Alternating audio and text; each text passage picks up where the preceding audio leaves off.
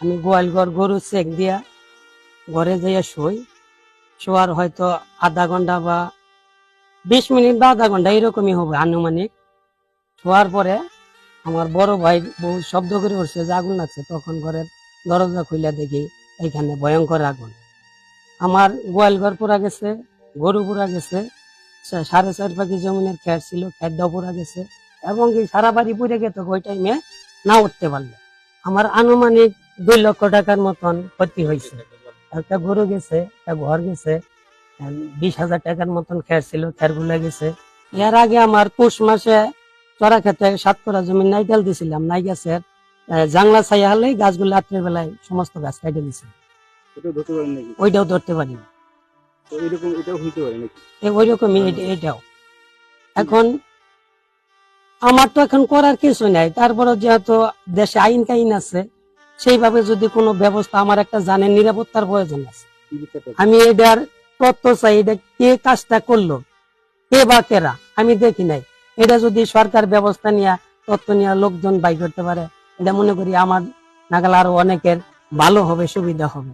কারণ আমার মতো মানুষ এইভাবে অনেকেই এইভাবে আতঙ্ক হয়ে মারা যাইতে পারে। আমি এটা প্রশাসনের কাছে সুস্থ এবং আমার জানের নিরাপত্তার জন্য আমি বিচার চাই। 7 মাসের গাভিন গরু ছিল, তারপর গেছে, তারপরে আমরা সবাই মিলে চিকিৎসা করলাম।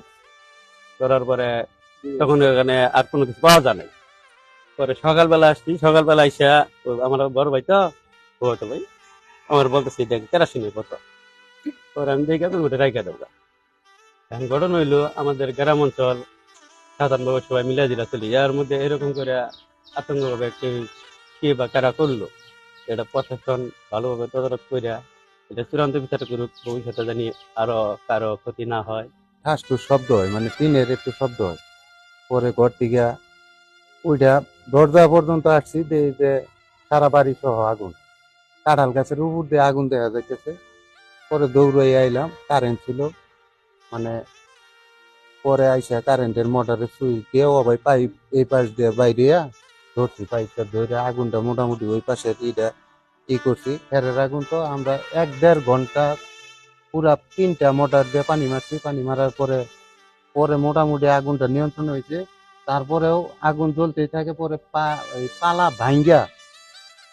ভাঙ্গা পরে আগুন মোটামুটি নিয়ন্ত্রণে আসছে 1-1.5 ঘন্টা পরে। এই আগুন 100% মানে ধরাই দিছে মানুষ, অন্য মানুষ ধরাই দিছে, শত্রুতার কারণে হয়তো ধরাই দিছে, কিন্তু আমরা শত্রু চিহ্নিত করতে পারি নাই বা কে দিছে এটা দেখতে পারি নাই। প্রশাসনের কাছে দাবি, যদি এই মানে তদন্ত করে দেখা যায়, এই অপরাধী চিহ্নিত করা যায়, তার সর্বোচ্চ সাজা চাই।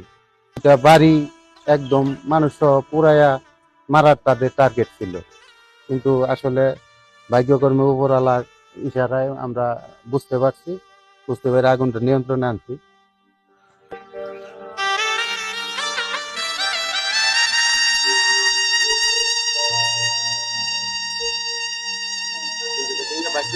কারেন্ট